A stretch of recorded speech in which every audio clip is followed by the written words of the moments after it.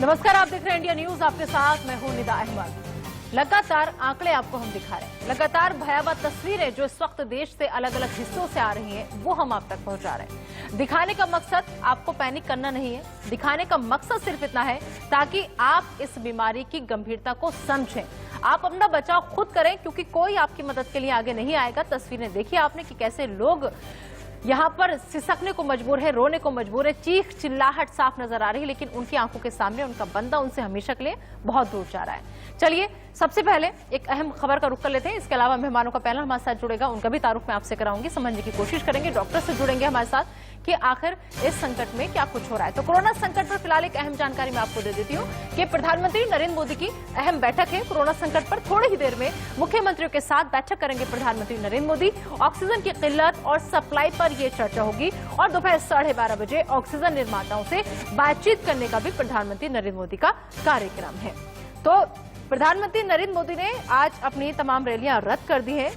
हर कोई social media पर काफी जमकर, हालांकि इस बात की आलोचना भी हो रही है कि देर आए दुरुस्त आए और बहुत देर कर दी जनाब आते आते, क्योंकि जो हालात अभी बने हुए हैं अगर उन हालातों पर पहले से मंथन किया जाता तो शायद आज इतने बुरे हालात नहीं होते, ऐसा हम कह सकते हैं। इसके अलावा दूसरी बड़ी खबर है दिल्ली के गंगाराम अस्पताल से, जहां दिल्ली के गंगाराम अस्पताल में ऑक्सीजन जो है वो पहुंची है। मैक्स अस्पताल में भी ऑक्सीजन की सप्लाई हो रही है। दोनों अस्पतालों में कुछ ही घंटों की दरअसल ऑक्सीजन जो थी वो बची थी। लगातार इस खबर पर सुबह से इंडिया न्यूज बना हुआ था और कैसी किल्लत हो रही है, कैसे 2 घंटे की ऑक्सीजन बची है, लगातार हम ये बातचीत कर रहे थे और ये खबर दिखा रहे थे और फिलहाल असर हुआ है खबर का। और अब आकर के अहम खबर जो आ रही है वो यही आ रही है कि जहां पर सप्लाई होनी थी हॉस्पिटल में, दिल्ली के गंगाराम की खबर आपको हमने दिखाई थी कि महज 2 घंटे की ऑक्सीजन वहां पर पहुंची थी, लेकिन अब वहां पर अस्पताल में ऑक्सीजन पहुंच चुकी है। दिल्ली के गंगाराम अस्पताल में, मैक्स अस्पताल में भी ऑक्सीजन की सप्लाई की जा रही है और इन दोनों ही अस्पताल में कुछ ही घंटों की ऑक्सीजन बची थी और इस खबर पर लगातार इंडिया न्यूज बना हुआ था। और चलिए अब फिलहाल क्या हालात है, स्वास्थ्य सिस्टम क्या कुछ कह रहा है, डॉक्टर्स की क्या राय है, ये जानने के लिए हमारे साथ डॉक्टर ईश्वर ग्लाडा साहब जो कि संक्रमण के रोग विशेषज्ञ हैं वो हमारे साथ जुड़ चुके हैं। इनके अलावा डॉक्टर अजय कुमार जो कि चेयरमैन है मैक्स हॉस्पिटल के, वो हमारे साथ जुड़ेंगे और इसके अलावा हमारे साथ डॉक्टर समीर गुप्ता जो कि डायरेक्टर है मेट्रो ग्रुप ऑफ हॉस्पिटल के, वो हमारे साथ जुड़ चुके हैं। तो सबसे पहले डॉक्टर ईश्वर मैं आप ही का रुख करना चाहूंगी, संक्रमण रोग विशेषज्ञ हैं आप। सर, इस वक्त जो संक्रमण फैल रहा है सब लोग कह रहे हैं कि हवा में फैल चुका है, यहां तक कि आप अगर लिफ्ट में भी हैं तो आप सेफ नहीं है, आप घर में भी हैं तब भी आपको मास्क लगाना जरूरी है। सर, ये कितना खतरनाक है और कौन कौन सी वो जगह है जहां पर अक्सर हम लोग बेफिक्र हो जाते हैं, जैसे लिफ्ट में हो तो हमें लगता है कि अकेले हैं तो हमें ये संक्रमण नहीं लगेगा, घर में हो तो घर में भी हम लापरवाही बरत देते हैं कि अपने घर में है सेफ है, क्या ऐसा है? या फिर घर में और लिफ्ट वगैरह, या फिर ऐसी कौन कौन सी जगह है जहां हमें बहुत एहतियात की जरूरत है? मैंने 35 साल HIV में काम किया है और उस समय का मुझे एक एडवर्टाइजमेंट याद आ रहा है ऑस्ट्रेलिया का। उसमें दिखाया गया था कि एक इंसान एक व्यक्ति के साथ सो रहा है और उठ के देख रहा है तो उस व्यक्ति ने दूसरे के साथ सोया है और ये व्यक्ति दूसरे के साथ सोया है और कैप्शन था, if you are sleeping with one more extra person that means you are sleeping with all those extra people who directly or indirectly sleeping with them. वैसी हालत है आज कि अगर आप घर में हैं तो मास्क लगाने की जरूरत नहीं है, घर में आप किसी को बीमारी दे नहीं सकते हैं, लेकिन आप बाहर जा रहे हैं तो हर एक व्यक्ति जो आपको मिलता है, लिफ्टमैन है, वॉचमैन है, टैक्सी वाला है, जहां आप काम करने जा रहे हैं वहां के सर्वेंट्स है, पेशेंट्स है, या जो भी इंसान है, आप हर एक पे शक कीजिए कि ये इन्फेक्टेड हो सकता है। आप शक करके आपको कुछ करना नहीं है, आपको सिर्फ अपना जबान, मुंह और ये बंद करना है। और ये जो फैशनेबल मास्क आ गए, पूरी दुनिया में इतने नमूने के मास्क कहीं नहीं है जहाँ पे इंडिया में है, तो हर फैशन के मास्क है। आप उसको फैशनेबल मास्क को नोजल क्लिप नहीं है तो, और घड़ी घड़ी उसको लेवल करते रहते, तो जहां से आपका सरफेस है फिर नाक को लगाते, हाथ को लगाते, तो वहीं से आप इंफेक्शन लेके आ रहे हैं। आपको मास्क ऐसा चाहिए कि नाक से लेके थोड़ी तक बंद कर दे, नेजल क्लिप हो और आप मास्क को बार बार हाथ ना लगाएं। दूसरी चीज ये है कि अगर आप भीड़ भाड़ वाले एरिया में जाते हो, जैसे मुंबई का लोकल है, बस है, तो आपको शर्म की कोई जरूरत नहीं है, मास्क लगा, ऊपर से हेडशील्ड पहन लो, एयरलाइन वाले तो देते ही है, तो अगर हेडशील्ड पहन लो तो आपका नियर 99% प्रोटेक्शन है। तो ये ठीक है कि लोग समझ नहीं रहे हैं, लोग पहले वही थे अभी भी वही है, लेकिन ये वायरस बहुत ज्यादा खतरनाक है, it's a highly infectious virus. और हाईली इन्फेक्शियस का मतलब ये है कि खाली इन्फेक्शन नहीं करता है, बीमार भी करता है। लास्ट टाइम 85% लोग असिम्टोमेटिक थे। इस साल ऑलमोस्ट एवरीबडी सिम्टोमेटिक, कुछ ना कुछ सिम्टम जरूर रहे। और ठीक है, लेस लीथल है, यह पक्का है, लेकिन लेस लीथल होते हुए भी ज्यादा लोग को मार रहा है। वो कैसे मार रहा है? ये 10 दिन का इन्फेक्टिविटी पीरियड है। ये पीरियड में एक इंसान, इन्फेक्टेड इंसान दूसरे को इन्फेक्ट करता है। अगले 10 दिन में 4 को इन्फेक्ट करते हैं, और 4 अगले 10 दिन में 8 को इन्फेक्ट करते हैं। तो आपका 30 डेज में 8 टाइम्स इन्फेक्शन बढ़ रहा है। और यही हालात आपको UP, Bihar, election bound states, West Bengal, Assam, Tamil Nadu, Kerala, सब जगह यही मिल रहा है। तो एजुकेशन का कोई मतलब नहीं है। केरला तो हाईली एजुकेटेड है, फिर भी वहां पे 40 दिन में 40 गुना HIV कोविड बढ़ा है। सबसे ज्यादा जो बढ़ोतरी है आपके यूपी और बिहार में 275 टाइम्स, यानी 40 दिन के अंदर 275 गुना अगर कोविड बढ़ता है रिपोर्टेड केसेस में, ये दुनिया का एक अपने आप में बहुत अहम नंबर है। तो हम लोग, और मैं 40-50 दिन से बोल रहा हूं कि आप खाली आंकड़ों पे मत जाइए, आप परसेंटेज में जाइए। कितने लोग पॉजिटिव 10 दिन में कितने बढ़ रहे, 5 दिन में कितने बढ़ रहे, उससे जाइए। ग्राफ दे रहा हूं, लोग सुनने को तैयार नहीं है। अब हालात ऐसी है कि बद से बदतर हो गए। आज भी अगर हमको लोगों को सुधारना है तो ये ऑक्सीजन का बार बार दिखाओ कि आपकी हालत यही हो सकती है कि you will be the next person, you will be next person. अगर लोगों को दिमाग में वो आएगा, जहन में वो आएगा, आप, आपके भाई, माँ बाप, बच्चे ये हालत में पहुंचे जब आप ऑक्सीजन की भीख मांगो लोगों को, ऐसे हालत में मत जाओ। तो ये हमको यूज करना है। और India is a leader worshipping country. ये start from top to bottom. आपको एक उदाहरण देता हूँ 1 मिनट के अंदर। नॉर्वे के प्रधानमंत्री है, उन्होंने सोशल डिस्टेंसिंग का जो वहां का कानून भंग किया, उनको चालान हुआ, उन्होंने फाइन भरा। हमारे देश में ऐसा हो सकता है कभी? कभी नहीं हो सकता सर। अगर किसी का चाचा, मामा या फूफा या कोई विधायक भी है या मेयर भी है तो सर उसकी धमकी दे देते हैं, यहाँ तो उसकी धमकी दे देते हैं कि तुझे पता है मैं कौन हूँ। सीधा ये सवाल होता है। बिल्कुल नहीं कर सकते। आपके लिए मेरे लिए एक है और बाकी लोग के लिए एक है, ऐसा हो गया। सही बात है, ठीक है। हम डॉक्टर समीर गुप्ता का रुख कर लेते हैं। डॉक्टर समीर गुप्ता, यहाँ पर मास्क का जिक्र किया कि हमें मास्क का कब पहनना चाहिए, लेकिन अब देखा जा रहा है कि अभी तक लोग सिंगल मास्क यूज कर रहे थे, लेकिन अब आज के टाइम में बहुत से लोग हैं डबल मास्क यूज कर रहे हैं। तो मैं आपसे जानना चाहूंगी कि डबल मास्क कब पहने और कब ना पहने, या फिर डबल मास्किंग जो है वो कितनी कारगर है आपके हिसाब से? देखिए, अभी जो हम जिस दौर से गुजर रहे हैं, ये शायद ह्यूमैनिटी सबसे कठिन दौर से गुजर। बिल्कुल। जो आजकल जो हमें देखने को मिल रहा है, हमें डॉक्टर हैं, हम अस्पताल में हैं, दिल्ली और भारत में लगी है आग, और बहुत ही तेजी से ये आग फैल रही है। Left, right and centre positive cases आ रहे हैं, लेकिन इसके बावजूद लोग छुट्टी ले रहे हैं। हमें शादी में जाना है, मेरी बहन की शादी है, मेरे पड़ोसी की शादी है, मेरी बर्थडे पार्टी है, तो सबसे पहले हमें ये समझना है इन सब चीजों को रोको। All these things have to be stopped completely. एकदम मत जाओ, घर की चौखट के बाहर आप कदम मत रखो अगर आपको बाहर निकलना है। मेरी ये विनती है पूरे देश के वासियों को कि प्लीज बाहर मत जाओ अगर आपको नहीं जाने की जरूरत है। सब लोग वर्क फ्रॉम होम कर रहे हैं, और अगर आपका काम, अगर आप फ्रंटलाइन हेल्थ केयर वर्कर नहीं है तो प्लीज बाहर न जाए। अगर आप बाहर जा रहे हैं और बहुत ज्यादा आवश्यक है आपको बाहर जाना, please double mask, not single mask, double mask. Double mask ज्यादा प्रोटेक्टिव है सिंगल मास्क से, हम ये जानते हैं, हम देख रहे हैं। और हर आदमी जिससे आप मिले, हर आदमी आप जिससे मिले, आप ये समझ लीजिए कि वो कोविड पॉजिटिव है। आज की तारीख में यही चल रहा है। जब दिन के 3 लाख 3.5 लाख केसेस डेली के हो रहे हैं, तो आपको ये नहीं पता कि कौन पॉजिटिव है कौन नेगेटिव, आप सबको पॉजिटिव माने, क्योंकि आज की तारीख में अस्पताल में बेड नहीं है, ऑक्सीजन की कमी है, दवाइयों की कमी है। तो प्लीज बी केयरफुल। और ये मैं आपको भी कह रहा हूं मैम। बिल्कुल सर, बिल्कुल। आप भी सुरक्षित रहिए। आप स्टूडियो में आ रहे हैं, आप लोगों से मिल रहे हैं, आप बिल्कुल जैसे ही प्रोग्राम खत्म हो डबल मास्क। बिल्कुल सर, हम लोग पालन कर रहे हैं और लगातार अपील भी कर रहे हैं। इंडिया न्यूज अपनी पूरी जिम्मेदारी ऐसे वक्त में निभा रहे हैं, लोगों के साथ खड़ा है, और लगातार हम लोग अपील भी कर रहे हैं लोगों से कि आप लोग बेवक्त मत निकलिए। जो बात आप बता रहे हैं उस चीज की अपील लगातार इंडिया न्यूज भी कर रहा है सर। आप लोग जो कर रहे हैं, जागरूकता फैला रहे हैं, लोगों को एजुकेशन फैला रहे हैं, अभी इस चीज की बहुत जरूरत है। बिल्कुल सर, बहुत जरूरत, क्योंकि लोग अभी भी बाहर निकल रहे हैं। Please do not go out. If you are going out, double mask, 2 mask, और कोई ऑप्शन नहीं है हमारे पास। डबल मास्क, और घर आइए, हर चीज सैनिटाइज करिए, अपने घर में मिनिमम लोगों से करिए। मैं इतने लोगों को जानता हूँ। एक और मैं आपको बताता हूँ इंसिडेंट। फादर मदर बीमार हो गए, बेटा गया फादर मदर की सेवा करने के लिए, अब बेटा भी पॉजिटिव हो गया। बेटा घर आया अपनी वाइफ के पास जहां पर बच्चा है उसका, वो भी पॉजिटिव हो गए क्योंकि वो इन्फेक्शन घर ले आया। बिल्कुल, क्योंकि कोई ये नहीं सोच रहा कि ये कोविड ही है। नहीं, अगर आज की तारीख में किसी को बुखार है, इन अ पैंडेमिक, जब वैश्विक महामारी फैली होती है, हर बुखार is covid until proven otherwise. ठीक, until proven otherwise, every fever is COVID fever and nothing else. It is not कि मैं एसी के नीचे सो गया और मेरा गला खराब हो गया।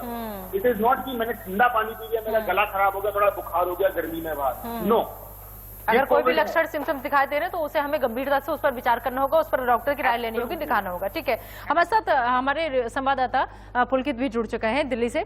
पुलकित, फिलहाल दिल्ली की क्या स्थिति, आज के आंकड़े क्या कह रहे हैं दिल्ली में, और दूसरा जो ऑक्सीजन की किल्लत की खबरें लगातार हम लोग दिखा रहे हैं, आप लोग हमें भेज रहे हैं, हम लोग दिखा रहे हैं बाहर, तो ऐसे में फिलहाल जो प्रधानमंत्री नरेंद्र मोदी की आज अहम बैठक होने जा रही है कि ऑक्सीजन की किल्लत और सप्लाई पर वो चर्चा करेंगे, तो उम्मीद करें कि इस चर्चा के बाद कोई सार्थक बहस का नतीजा निकल कर आएगा।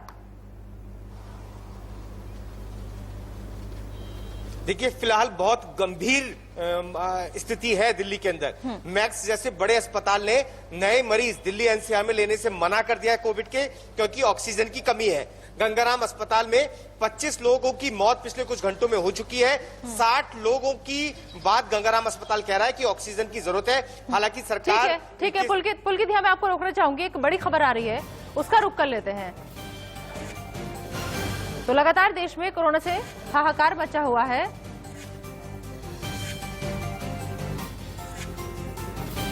तो फिलहाल अहम खबर आपको बता दें, कोरोना संकट में प्रधानमंत्री नरेंद्र मोदी की अहम बैठक चल रही है। मुख्यमंत्रियों के साथ पीएम मोदी की बैठक है। ऑक्सीजन की किल्लत और सप्लाई पर चर्चा होगी, इस पर बातचीत होगी कि आखिर ऑक्सीजन की किल्लत जो है उसे कैसे दूर किया जा सकता है, जो सप्लाई अस्पतालों में नहीं पहुंच पा रही वो कैसे पहुंचे, इन तमाम बातों पर चर्चा होगी। और दोपहर 12:30 बजे ऑक्सीजन निर्माताओं के साथ बातचीत करेंगे प्रधानमंत्री नरेंद्र मोदी।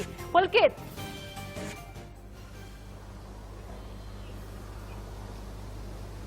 जी पुलकित, आप दिल्ली के हालातों से वाकिफ करा रहे थे, बात कीजिए अपनी पूरी।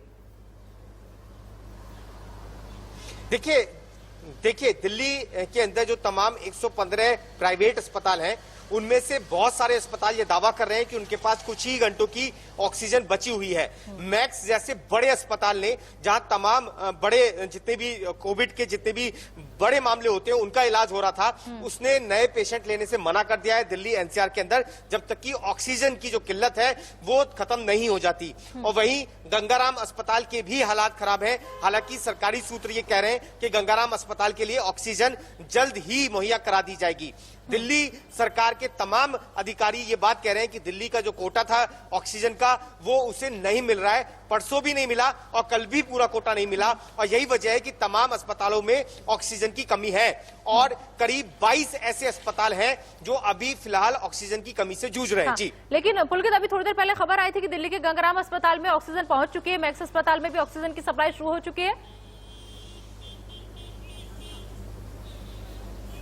देखिए, मैक्स अस्पताल का अभी थोड़ी देर पहले ट्वीट आया है जिसमें उसने ये साफ कर दिया है कि जब तक ऑक्सीजन सुचारू रूप से उसे नहीं मिलती तब तक वो कोविड के दूसरे पेशेंट नहीं लेगा। दिक्कत ये हो रही है कि एक रूटीन जो ऑक्सीजन इन तमाम अस्पतालों को चाहिए होती है वो नहीं मिल रही है। जब ये कंप्लेन करते हैं सरकार से और ये कहते हैं कि उनके पास ऑक्सीजन नहीं है, तब थोड़ी कुछ घंटों की आपूर्ति के लिए ना ऑक्सीजन मिल जाती है, लेकिन उसके बाद में कुछ घंटे बाद वो क्राइसिस दोबारा से खड़ा हो जाता है। और यही वजह है कि लगातार इनके यहाँ से कंप्लेंट आ रही है, और यही वजह है कि मैक्स जैसा बड़ा अस्पताल आगे पेशेंट लेने से मना कर रहा है। तो उम्मीद करें कि आज जिस तरीके से पीएम मोदी की बैठक कर रहे हैं, चर्चा करेंगे ऑक्सीजन की किल्लत और सप्लाई पर, तो ये परेशानी बहुत जल्द दूर हो जाएगी। देखिए, उम्मीद के ऊपर सब टिका हुआ है, लेकिन ये चर्चा लगातार पिछले 4 दिन से चल रही है। मामला हाईकोर्ट तक पहुंच चुका है, लेकिन उसके बावजूद भी जमीन पर कुछ ऐसा होता हुआ नजर नहीं आ रहा जिससे ये कहा जा सके कि आने वाले कुछ घंटों में ऑक्सीजन की कमी को दूर कर दिया जाएगा। लगातार ऑक्सीजन की सप्लाई हो रही है, लेकिन जितनी जरूरत है उतनी नहीं हो रही है। उसकी वजह भी है कि अभी तक जब दिल्ली में आप बात करते थे तो करीब 280 मैट्रिक टन ऑक्सीजन की जरूरत होती थी। लेकिन आज दिल्ली सरकार की मांग यह है कि 700 मैट्रिक टन ऑक्सीजन उसे दिल्ली के तमाम प्राइवेट और सरकारी अस्पताल के लिए चाहिए। उसकी वजह ये कि इस बार जितने भी कोविड के केसेस आ रहे हैं उनमें ये देखा जा रहा है कि ज्यादातर लोगों को ऑक्सीजन की जरूरत पड़ रही है और ऑक्सीजन बेड्स की जरूरत पड़ रही है। अब मरीजों की संख्या पिछले साल से कई गुना बढ़ चुकी है। पिछले साल जो टॉप पे पहुंचा था वो करीब 8,500 पेशेंट थे 24 घंटे में, और आज करीब 24 से 28,000 पेशेंट हर 24 घंटे में नए आ रहे हैं और 70,000 से ज्यादा पेशेंट एक्टिव पेशेंट हैं दिल्ली के अंदर। जी ठीक है, चलिए पुलकित, आप नजर बनाए रखिए, आपसे अपडेट हम लगातार लेते रहेंगे। फिलहाल इस तमाम जानकारी के लिए आपका बहुत बहुत शुक्रिया। डॉक्टर असगर लगातार पैनल हमारे साथ मौजूद है और इस वक्त डॉक्टर अजय कुमार जो कि चेयरमैन है मैक्स हॉस्पिटल के, वो भी हमारे साथ जुड़ चुके हैं, उनका रुख कर लेते हैं। डॉक्टर अजय कुमार, लगातार खबरें आ रही है कि ऑक्सीजन जो है वो खत्म हो चुकी है, मैक्स अस्पताल में भी ऑक्सीजन की सप्लाई जो है वो नहीं हो पा रही है। सबसे पहले जानना चाहूंगी कि क्या हालात है अभी अस्पताल में? पहले तो मैं आपको जरा सही कर दूं, मैं चेयरमैन गैस्ट्रोएंटरोलॉजी और लिवर डिजीज इंस्टीट्यूट का हूँ, आके मैक्स हॉस्पिटल का, और वो भी मैं बीएल के हॉस्पिटल। माफी चाहूंगी सर, माफी चाहूंगी। बीएल के मैक्स हॉस्पिटल, तो I can not speak on behalf of max hospital पर से, क्योंकि मेरे पास कोई ये भीड़ के बारे में। हाँ, देखिए ऑक्सीजन की शॉर्टेज है, और शॉर्टेज किस चीज को कह रहे हैं कि बड़े शॉर्ट नोटिस पर अल्टीमेटली वो सप्लाई, ऐसा नहीं है कि अभी तक सप्लाई ब्लॉक हो गई है, पर जब घंटे 2 घंटे की रहती है तब आपके टैंक्स फुल होते हैं। तो we have seen definitely in the last 2-3 days कि थोड़ा सा उसमें थोड़ा सा शायद रिलैक्सेशन हो रही है, पर eight the same time I am pretty hopeful कि अभी तक हम हॉस्पिटल में कुछ ऐसा नहीं हुआ है कि ऑक्सीजन की कमी के कारण से कोई पेशेंट को नुकसान हुआ। पर एडमिनिस्ट्रेशन के बाद पूरा प्रेशर पड़ जाता है जब घंटे 2 घंटे का ही स्टोरेज रह जाता है, जो कि होना नहीं चाहिए। तो we are unprecedented situation, unprecedented circumstances, and I am reasonably confident कि जो हम न्यूज़पेपर के रास्ते से हमें पता चलता है कि efforts are being made to streamline it, and I think we should not create panic for the public कि people are dying because of oxygen, but at the same time efforts are required to improve it. ठीक है, doctor ईश्वर जी, मैं आपसे एक चीज समझना चाहूंगी कि जिस तरीके से अभी बात हो रही है ऑक्सीजन की, और बात हो रही है कि लोग पैनिक ज्यादा हो रहे हैं कि अगर जरा सा भी ऑक्सीजन लेवल डाउन जा रहा है तो लोग एकदम घबरा जा रहे हैं, घरों में अफरा तफरी का माहौल हो जाता है। ऐसे में कितना ऑक्सीजन लेवल होना चाहिए, इसकी जानकारी लोगों को होनी बहुत जरूरी है, और कब चिंता की बात होनी चाहिए और कब हमें हॉस्पिटल जाना चाहिए, कितना हमारा ऑक्सीजन लेवल डाउन हो तब हम हॉस्पिटल का रुख करें। जरा इस बारे को अच्छे से समझा दीजिए इस बात को हमारे दर्शकों को। ये बहुत सिंपल लॉजिक है कि आपका जो पल्स ऑक्सीमीटर ऑक्सीजन देखते हैं वो 94 के ऊपर चाहिए, और आप बैठे हैं तब या 6 मिनट वॉक करने के बाद भी। तो वॉक करने के लिए आपको बाहर जाने की जरूरत नहीं, क्योंकि वो अलाउड नहीं है। तो आप घर के अंदर 6 मिनट वॉक कीजिए, फिर से देखिए, दोनों बार अगर आपका ऑक्सीजन लेवल 94 के ऊपर है, आपको कुछ घबराने की जरूरत नहीं है। 94 से 90 तक आता है तो थोड़ी घबराहट चालू कर दीजिए, बेड कहाँ मिल रहा है देखिए, ऑक्सीजन कहाँ मिल रहा है देखिए, और 90 के नीचे तो पक्का आपको हॉस्पिटलाइजेशन लगेगा, और उस समय आपको फिर हॉस्पिटलाइजेशन लगेगा, हो सकता है सीटी स्कैन करना पड़ेगा, हो सकता है और क्या क्या डैमेज है देखना पड़ेगा, तो वो ट्रीटमेंट बाद में चालू होगा। तो लगभग 85% जो लोग हैं उनका ऑक्सीजन लेवल अच्छे से मेंटेन होता है घर में। और ऑक्सीजन अच्छा रखने के लिए क्या कीजिए, आपका समझो ऑक्सीजनेटर नहीं है तो फैन के नीचे सुलाइए, फैन फास्ट कीजिए, विंडो ओपन कर दीजिए, क्रॉस वेंटिलेशन रहने दीजिए। हाँ, तो उससे आपको ऑक्सीजन कहाँ से आ रहा है, ऑक्सीजन एयर से आ रहा है, तो एयर के प्रमाण बढ़ जाएगा, तो उसमें से ऑक्सीजन का 21% जो आ रहा है वो प्रमाण भी बढ़ जाएगा। और दूसरा, जो घरों के अंदर इतना पैनिक ज्यादा है, मरीज है, आप ऑक्सीजन कंप्रेसर मशीन खरीद लीजिए, वो ज्यादा महंगी नहीं है, और वो आपको जितना चाहिए ऑक्सीजन 8 लीटर पर मिनट या 10 लीटर पर मिनट या 6 लीटर पर मिनट देता है। और हमने जब आपके चैनल पे पीछे बताया, उसके बाद कई लोग ऑक्सीजन कॉन्सेंट्रेट लेना चालू कर दिए। ठीक है, डॉक्टर समीर गुप्ता, एक चीज और मुझे आप समझाइए यहाँ पर, क्योंकि अक्सर जो लोग हैं वो कंफ्यूज हो जा रहे हैं इस वक्त जो है। कुछ लोग कह रहे हैं कि वायरल फीवर भी बहुत ज्यादा चल रहा है, कुछ लोग ऐसे हैं जिन्हें ना फीवर है, ना कोल्ड है, ना कुछ है, लेकिन बावजूद जब वो डर की वजह से टेस्ट करा लेते हैं तो उसमें पॉजिटिव पाए जाते हैं। ऐसे लोगों में जिनमें लक्षण भी नहीं है लेकिन रिपोर्ट उनकी पॉजिटिव आ रही है, उन लोगों को क्या करना चाहिए? अस्पताल में रहना चाहिए कि वो घर पर रहकर ही सही हो सकते हैं? देखिए, ये जो आपने बात बोली है कि जो लोग कह रहे हैं वायरल फीवर हो रहा है, ये हो रहा है, वो हो रहा है, जैसे कि मैंने बोला था, जब वैश्विक महामारी फैली होती है then it is covid until proven otherwise. हम कोविड का ही नाम देंगे इसको जब तक मुझे ये 100% गारंटी नहीं है कि ये कोविड नहीं है। तो आप प्लीज, अगर आपको बुखार हो रहा है, अगर आपकी नाक बह रही है, अगर आपको लग रहा है कि मेरी शरीर में थोड़ा दर्द हो रहा है, मेरा गला बैठा हुआ है, आप इसको कोविड मानिए।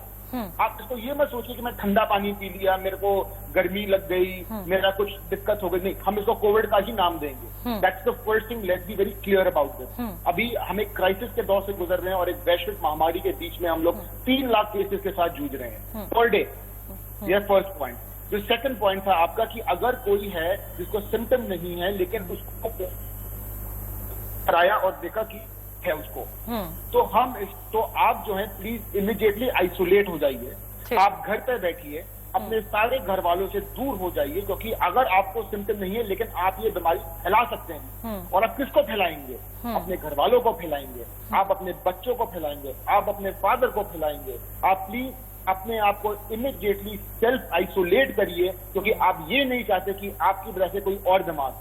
डबल, अगर आपके घर में सुविधा नहीं है, अगर आपका घर ऐसा नहीं है कि मैं अपने आप को सेल्फ आइसोलेट कर पाऊं, तो डबल मास्क पहनिए और अपने कमरे में किसी को और मत आने दीजिए प्लीज। ये आप और लोगों को बीमार कर सकते हैं, गंभीर है। ठीक है डॉक्टर अजय कुमार, इस वक्त देखा जा रहा है कि जगह जगह लोग जो है मारामारी हो रही है इंजेक्शन से दवाओं की, रेमडेसिविर दवा जिसके बारे में कहा जा रहा है कि दूर दूर तक हाथ नहीं आ रही है और लोगों की लंबी भीड़ लगी हुई है। और कुछ जमाखोर ऐसे भी हैं जो इस वक्त मुनाफा भी अपना कमा रहे हैं और अपना फायदा देख रहे हैं। वो कई हजारों में 20-20 हजार, 25-25, यहाँ तक 35 हजार तक में मेरे खुद एक रिलेटिव है, उन्होंने लिया है। तो ऐसे में क्या वाकई में सिर्फ ये संजीवनी यही है या फिर ये लोगों का भ्रम है? ये कितना कारगर है ये दवा, इसके बारे में थोड़ा बताइए। रेमडेसिविर की एक स्टोरी बड़ी फनी है और एक अननेसेसरी एक इसको रामबाण समझ लिया और इसको लेफ्ट राइट यूज हो रही है जहां नहीं यूज होना चाहिए। अगर आप इनिशियल जब डॉक्टर फॉसी ने अनाउंस किया था तो उसमें यही था कि रेमडेसिविर जो है वो एक एंटीवायरल ड्रग है जो हॉस्पिटल स्टे थोड़ा सा कुछ दिन कम कर, इसके अलावा इससे कोई डेथ रेट पर फर्क नहीं और इसका जितना भी असर होना चाहिए वो फर्स्ट 1 वीक के बाद कोई इसका रोल नहीं। बट अनफॉर्चुनेटली वो इतना ज्यादा पब्लिक प्रेशर, क्योंकि जब जिस चीज की कोई दवाई नहीं होती उसकी हजारों दवाइयां बन जाती और जरा सा भी किसी को आशा नजर आती है तो उसकी तरफ जैसे ये रामबाण, ये एक भ्रम दूर होना चाहिए पब्लिक में, तो अपने आप ही शॉर्टेज कम हो जाएगा। जो जिस चीज की इतना जोर ही नहीं है, सिर्फ 3 चीजें हैं। पहला स्टेप जो है जो अभी बताया कि मास्किंग, सोशल डिस्टेंसिंग। सेकंड, जब डिजीज हो जाती है तो आइडेंटिफाई करना कि कब ज्यादा जरूरत है। उसके बाद जब मॉडरेट टू सीवियर डिजीज हो जाती है तो वो भी सेकंड वीक में जाकर तब हमें स्टीरॉइड्स और ऑक्सीजन, यही 2 चीजें हैं जो हेल्प करती। रेमडेसिविर कोई बहुत रामबाण नहीं है जिसके पीछे हम अपना नींद खराब करें, बट इसको एक बार हम और ये जो जितने भी ब्लैक कोट देने वाले हैं इनको तो पूरा अरेस्ट कर उनको माफ नहीं करना चाहिए। आई थिंक इससे ज्यादा कोई बड़ा क्राइम नहीं है। I think it is more than crime, more than murder. जब नेशनल इतना ज्यादा कैटास्ट्रॉफी हो रहा है, पैंडेमिक हो रहा है, तो मुनाफाखोर अपने उसमें लगे हुए हैं। हमारे मीडिया भी जब भी मन करता है हॉस्पिटल्स को गालियां निकालना शुरू कर देते हैं जो मुनाफाखोरी कर रहे हैं, पर इस मुनाफाखोरी को कौन देखेगा? चाहे वो दवाइयों सर मीडिया कोई भी ऐसी खबर नहीं दिखाता सर, तथ्यों के आधार पर ही बात करता है और ऊपर से जो तस्वीरें आती हैं सर और जो खबरें आती हैं हम बस वो पहुंचाते हैं। कोई मुनाफाखारी किसी हॉस्पिटल का आरोप नहीं लगाया। इस तरह की होर्डिंग को आप बहुत और भी हाईलाइट करें तो हमें अच्छा लगेगा। जी चलिए, आप सब लोग हमारे साथ बने रहिए, ईश्वर जी, अजय कुमार जी और समीर गुप्ता जी। फिलहाल वक्त हो गया है इस वक्त की सुर्खियां जानने का। तो देश में कोरोना ने सारे रिकॉर्ड तोड़ दिए हैं, दुनिया के सारे रिकॉर्ड तोड़ दिए हैं। महज 24 घंटे में आंकड़ा जो है बेहद डराने वाला है। 24 घंटे में 3,32,730 नए केस सामने आ चुके हैं और कोरोना से 2,263 मरीजों की मौत हो चुकी है। दिल्ली की अगर हम बात करें तो दिल्ली में 26,169 नए मरीज सामने आए हैं, 306 की मौत हो चुकी है। महाराष्ट्र में 67,013 नए बीमार आए हैं, 568 की मौत हो चुकी है। वहीं उत्तर प्रदेश का अगर हम जिक्र करें तो उत्तर प्रदेश में भी यह आंकड़ा लगातार बढ़ता चला जा रहा है।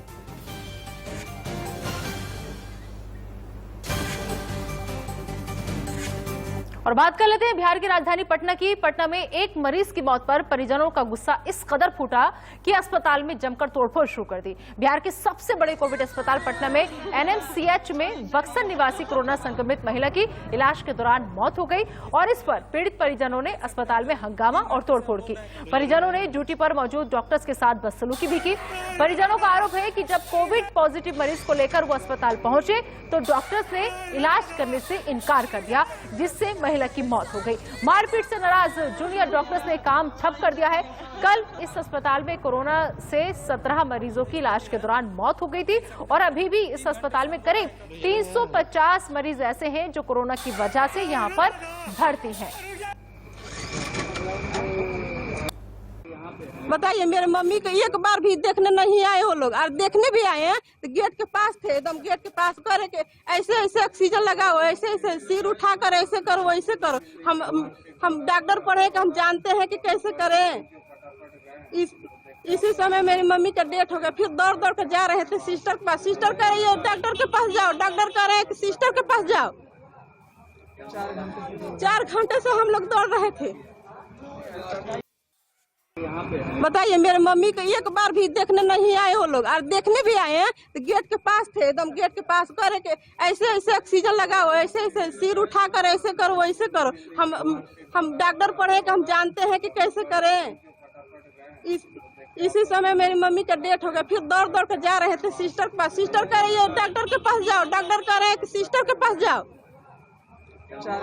4 घंटे से हम लोग दौड़ रहे थे।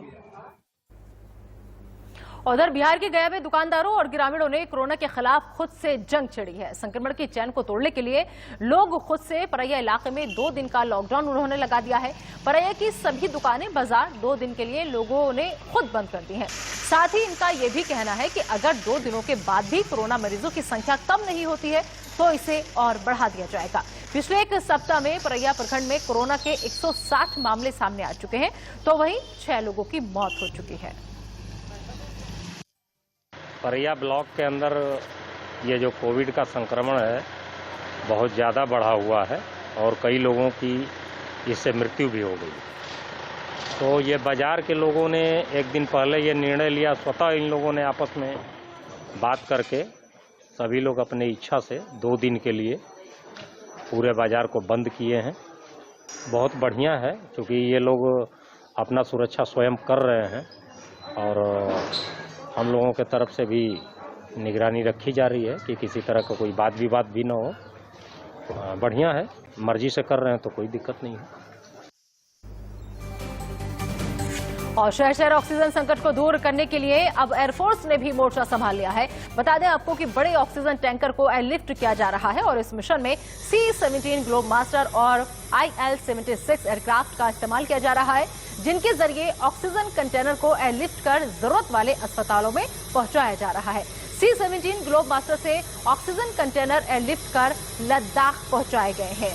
तो ये भी आप तस्वीरें देखिए कि हर कोई इस वक्त इसी जद्दोजहद में लगा हुआ है कि कैसे इस कोरोना संकट को दूर किया जाए और अब एयरफोर्स ने भी मोर्चा संभाल लिया है।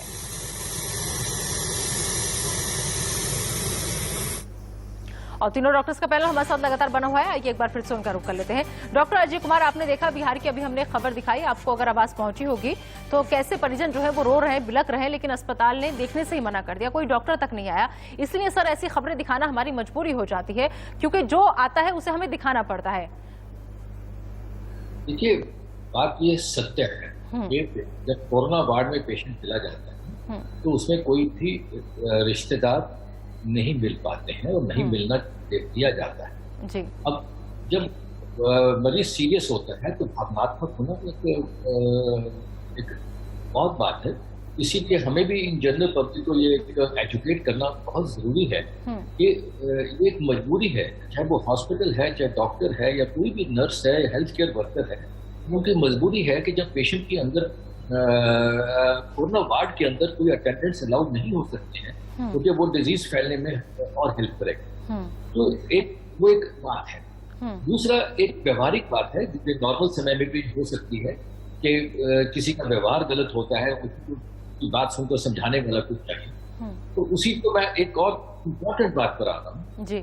आप ये देखिए कि इस सारे कोरोना की लड़ाई में हम बात कर रहे हैं जैसे बात कर रहे हैं ऑक्सीजन, हम बात कर रहे हैं oxygen beds and all that, पर एट द सेम टाइम आप ये देखिए कि सबसे इम्पोर्टेंट एलिमेंट जो है इस टाइम पर अपने बिल्कुल लास्ट स्टेज पर पहुंचे हुए हैं, दैट इज ह्यूमन रिसोर्सेज। और ह्यूमन रिसोर्सेज डॉक्टर्स हैं, नर्सेज हैं, हेल्थ केयर वर्कर्स हैं, 1 साल से लगे हुए सब पीक लेवल पर पहुंच चुके हैं। Shortage, people are resigning and going, nurses and all. तो थोड़ा सा ये बड़ा मुश्किल काम सभी के लिए, it's for everybody. Nobody is justifying the bad behavior, but human nature होती है कि कुछ ऐसा हो, तो वो लोकल टू लोकल एडमिनिस्ट्रेशन को इस हिसाब से देखना है और उसके लिए कुछ ना कुछ प्रबंध के लिए हम बाहर बैठकर बाहर में उनको काउंसिल कर सके। And that's very difficult and we have to sympathise with the person who has lost, but at the same time को दूसरा पक्ष भी देखकर उसमें वाया मीडिया निकालना पड़ेगा। ठीक है डॉक्टर ईश्वर, आपको नहीं लगता कि ऐसे वक्त में कोई एक इस टाइप की भी सुविधा डॉक्टर्स की तरफ से या हॉस्पिटल्स की तरफ से होनी चाहिए कि अगर जो पेशेंट है या जो मरीज है या फिर जिनको कुछ डाउट भी है कि हमें ये लक्षण नजर आ रहे हैं, लेकिन अस्पताल की जो हालत है वहाँ ऑलरेडी बहुत लोड है डॉक्टर्स पर, अस्पताल पर, तो बेहतर होगा कि जितने कम लोग हॉस्पिटल जाएं, अगर घर रहते ही उन्हें सही इलाज मिल जाए या कोई उन्हें बताने वाला हो, कोई उन्हें गाइड करने वाला हो। तो नहीं लगता कि इस दिशा में भी सोचना चाहिए कि डॉक्टर से हम ऑनलाइन कैसे बात कर पाए, या कोई एक नंबर, हेल्पलाइन नंबर या कुछ ऐसा भी निकालना चाहिए कि अगर मुझे मान लीजिए कोई दिक्कत है, मुझे हॉस्पिटल नहीं जाना है क्योंकि मैं बचना चाह रही हूँ हॉस्पिटल जाने से, तो मेरे पास क्या ऑप्शन होना चाहिए कि मैं डॉक्टर से अपनी जो बात है, अपनी जो समस्या है वो साझा कर पाऊं आसानी से? ऐसा कोई एक माध्यम होना चाहिए। एक्चुअली हमने क्या बहुत पूरा वक्त गंवा दिया। 1 साल में हमने ये प्लान करना चाहिए था कि होम ट्रायजिंग या होम केयर ट्रायजिंग कैसा हो जाए। सही बात। तो हम लोग खाली ये बोलते रहे कि 85% लोगों को कुछ नहीं होता है, लेकिन कुछ नहीं होता दिमाग में तो होता है ना, फिजिकली कुछ नहीं होता है। तो होम ट्रायजिंग, होम केयर और ऐसे टीम बना दी जाए कि जो जहाँ पे बहुत ज्यादा इन्फेक्शन है घर घर जाके देखे भाई ABC, ए घर में रखो, B को वेट करो, C को हमें हॉस्पिटल लेके जाना है। तो ऐसे अगर सिस्टम बनाएंगे तो आसान है। दूसरा, यहाँ हर एक किसी को संयम रखने की जरूरत है। मुझे ऐसा एक भी डॉक्टर आज तक नहीं मिला कि जिसने जानबूझ के किसी मरीज को मारा है या जान से उसको गंवाया। ये नेग्लिजेंस 2 नमूने का होता है, जानबूझ के कुछ करना और अपने आप से हो जाना। तो मुझे डॉक्टर लोगों को भी हिदायत देनी है कि मैंने जब मेडिकल का काम पहले चालू किया तो मुझे एक मरीज ने उर्दू में हिंदी में बोला था, और वही मैं रिपीट कर रहा हूँ, किस्मत की बदनसीबी है सयाद क्या करेगा। किस्मत की बदनसीबी से मुझे बीमारी हुई, किस्मत की बदनसीबी है सयाद क्या करेगा, हकीम है बेदर्द तो फिरियाद क्या करेगा। तो हकीम को भी दर्द होना चाहिए। डॉक्टर इस पहले ह्यूमन बीइंग है, बाद में सोशल एनिमल है, फिर डॉक्टर है। तो डॉक्टर ने कोई बड़ा वो ओहदा नहीं है, ठीक है, हमारा प्रोफेशन है। तो हमारे को वो संवेदनशीलता रखनी चाहिए, और नहीं रखते तो हमको कहीं भुगतना पड़ता है ऐसा। तो हर डॉक्टर को इनको ऐसा एक पार्ट भी होना चाहिए मेडिकल कॉलेजेस के अंदर जब पढ़ाई कराते हैं, तो how to deal with people, ये लोग जो आक्रोश में आते हैं उनके साथ कैसा डील किया जाए, कैसे काउंसलिंग की जाए, कैसे उनको। कई बार हमको होता है कि पेशेंट मर रहा है तो रिलेटिव को प्रिपेयर करना कि आपका मरीज जाने वाला है, मरने वाला है, तो हाउ टू प्रिपेयर फैमिली, ये इनका ट्रेनिंग देना चाहिए।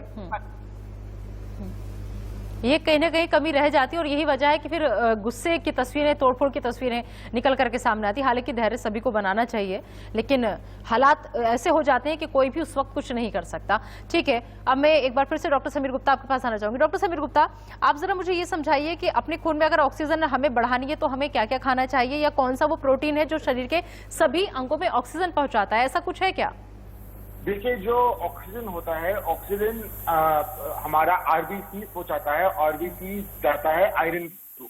लेकिन अगर जो आयरन होता है वो हरी सब्जियों में काफी होता है, लेकिन इस आयरन जो हीमोग्लोबिन को बढ़ाने में ऐसा नहीं है कि आपने आज हरी पत्तियां खाई तो कल हीमोग्लोबिन बढ़ गया। इसमें थोड़ा टाइम लगता है, आपको 2, 3, 4 हफ्ते लग जाते हैं आपकी हीमोग्लोबिन में इफेक्ट आने के लिए। और अगर आपका हीमोग्लोबिन नॉर्मली अगर 10, 12, 14 है तो ये जो खाने से थोड़ा फर्क पड़ेगा, बट इसे जमीन आसमान का फर्क नहीं पड़ेगा। अगर कोई आदमी है जो घर पे जिसको जो कोविड से पीड़ित है, बेड नहीं मिल रहा, ऑक्सीजन की कमी हो रही है, then what you can do is, आप अगर ऑक्सीजन कॉन्सेंट्रेटर लाइए घर पे, अगर आपके पास मिल सकता है ऑक्सीजन की टंकी लाइए, और अगर ये सब में आपके हाथ खड़े हो रहे हैं तो सिंपल आप लंबी लंबी सांसें लीजिए, अपने पेट के बल लेट जाइए और और अब लंबी लंबी सांसें लीजिए। हमने देखा है prone ventilation is come out to be very useful. Prone ventilation कहते हैं जब आप पेट के बल लेटते हैं। दूसरा, अपने साइड के बल लेटिए, अपने हाथों पे साइड से लेटिए और सांसें लीजिए। अपने राइट साइड करिए थोड़ी देर, अपने लेफ्ट साइड थोड़ी देर करिए, सिवाय आपके जस्ट पेट पे लेटने से। इन चीजों से आपका ऑक्सीजन शरीर में बढ़ सकता है और आपका थोड़ा ऑक्सीजन का जो कॉन्सेंट्रेशन है बढ़ सकता है। लेकिन अगर आपको ऑक्सीजन की कमी है, यू नीड अ हॉस्पिटलाइजेशन। बिल्कुल ठीक है। डॉक्टर अजय कुमार, कोई खास तरीके की डाइट जो इस वक्त सभी को फॉलो करनी चाहिए, या कौन से खानों से बचना चाहिए और कौन से खाने हमें अपने भोजन में अब ज्यादा शामिल कर लेने चाहिए, ऐसी कोई खास डाइट? मेरा ख्याल से कोई ऐसा स्पेशल नहीं, इससे बैलेंस डाइट। हाइड्रेशन अच्छी लेनी चाहिए, सबसे इम्पोर्टेंट है कि फ्रूट्स काफी लीजिए। बैलेंस डाइट जिसमें सारे कंपोनेंट्स हों, एक्सेस ऑफ एवरीथिंग और टाइमली खाना, ये दोनों चीजें सबसे आवश्यक हैं। और बहुत ज्यादा बाहर का खाना प्लीज अवॉइड करें। मुझे मालूम है कि इतना कहने से ही काफी बाहर से फूड सप्लाई करने वालों को टेस्ट होगा, पर इस टाइम पर हमें एक्स्ट्रा कॉशियस होना पड़ेगा कि जब ये महामारी ही स्प्रेड होने का नहीं है, इस टाइम पर कोई नई इन्फेक्शन भी हो तो वो भी एक काफी बर्डन डालती है।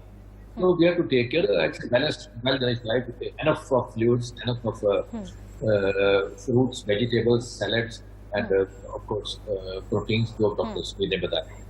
ठीक है, बहुत बहुत शुक्रिया डॉक्टर ईश्वर और डॉक्टर अजय कुमार, डॉक्टर समीर गुप्ता, आप लोग आए, कीमती वक्त दिया आपने और इतनी अहम जानकारी आप लोगों ने साझा की इंडिया न्यूज के माध्यम से, उसके लिए बहुत बहुत शुक्रिया। और सैल्यूट है आप लोगों को भी, क्योंकि ऐसे वक्त में आप ही लोग हैं जो सबकी उम्मीद है, सबका सहारा है, और आप लोगों के जरिए ही लोग बहुत से ऐसे भी हैं जो रिकवर होकर अपने घर वापस पहुंच रहे हैं। बहुत बहुत शुक्रिया आप सभी लोगों का।